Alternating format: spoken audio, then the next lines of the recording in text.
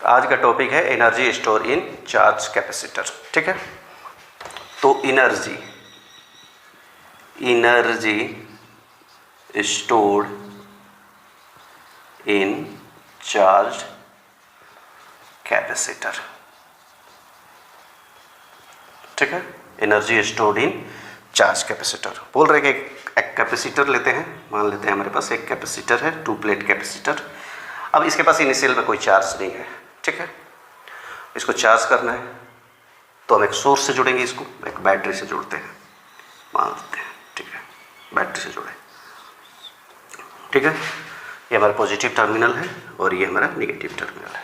ठीक है, बोल रहे हैं कि इस कैपेसिटर को जैसे ही बैटरी से जोड़ेंगे तो ये कैपेसिटर चार्ज होने लगेगा, और चार्ज होगा तो चार्ज कौन सप्लाई करेगा? बैटरी करेगा।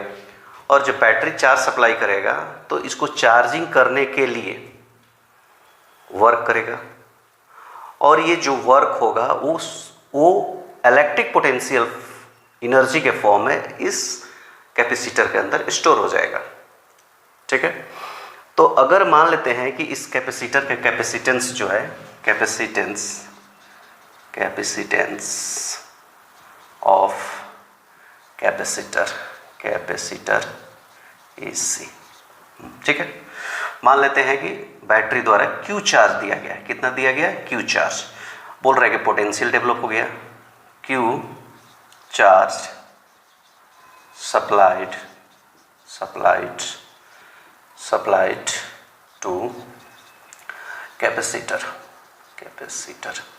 Q चार्ज सप्लाई किया गया। बोल रहे हैं कि अगर हम किसी भी कैपेसिटर को चार्ज सप्लाई करते हैं तो उन दोनों प्लेट के बीच में एक पोटेंशियल डिफरेंट क्रिएट करता है। ठीक है, तो मान लेते हैं कि V potential will developed.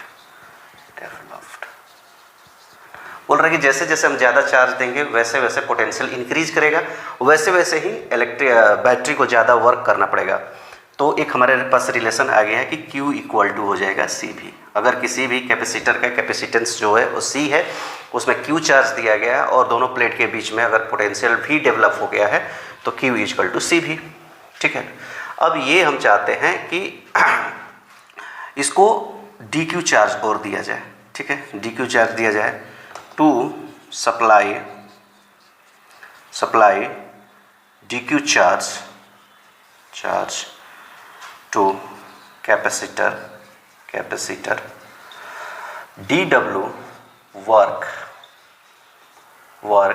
have to be done।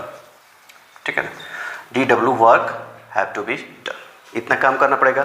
तो बोल रहे हैं कि ये वर्क किसके बराबर हो जाएगा? dW equal to VdQ। ठीक है, वर्क इक्वल टू VdQ। ठीक है ना, अब हम चाहते हैं कि टोटल चार्ज ये Q जो सप्लाई किया है उसमें कितना वर्क करना पड़ेगा। इंटीग्रेट कर देते हैं, इंटीग्रेशन देते हैं यहाँ पे 0 to Q। इनिशियल इसके पास कितना चार्ज था? 0 चार्ज था, तो बोल रहा है कि यहाँ पे Q दे देंगे। बोल रहा है ये हो जाएगा W इक्वल टू, अब देखो यहाँ पे इससे एक हमको फार्मूला मिल जाता है V equal to Q upon C। तो इसको हम एक्सचेंज लिख देते हैं और थोड़ा सा फॉर्म चेंज करते हैं, 0Q और यहाँ पे Q अपॉन C dQ। ठीक है, ये हो जाएगा 1/C इंटीग्रेशन Q dQ हो गया। अब बोल रहे हैं कि इसको हम इंटीग्रेट करते हैं, यहाँ 0 से लेकर Q तक है, तो W equal to 1/C Q square upon T। ऐसा हमारा फॉर्म आ गया।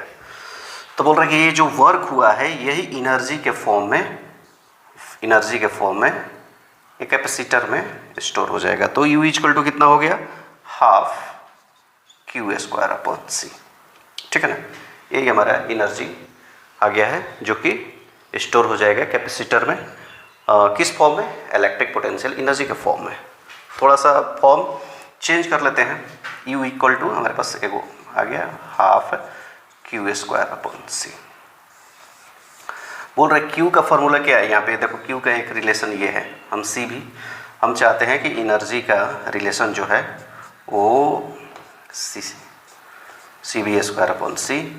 तो ये हो जाएगा half C square V square upon C। ठीक है ना, U इक्वल टू C से C कटा तो हमारे पास एक और आ गया relation U equal to half CV²। ये भी एक हमारा रिलेशन है। देखिए दोनों में क्या अंतर है, यहाँ पे चार्ज और कैपेसिटेंस का रिलेशन है एनर्जी के साथ, यहाँ पे कैपेसिटेंस और पोटेंशियल का एनर्जी रिलेशन है एनर्जी के साथ।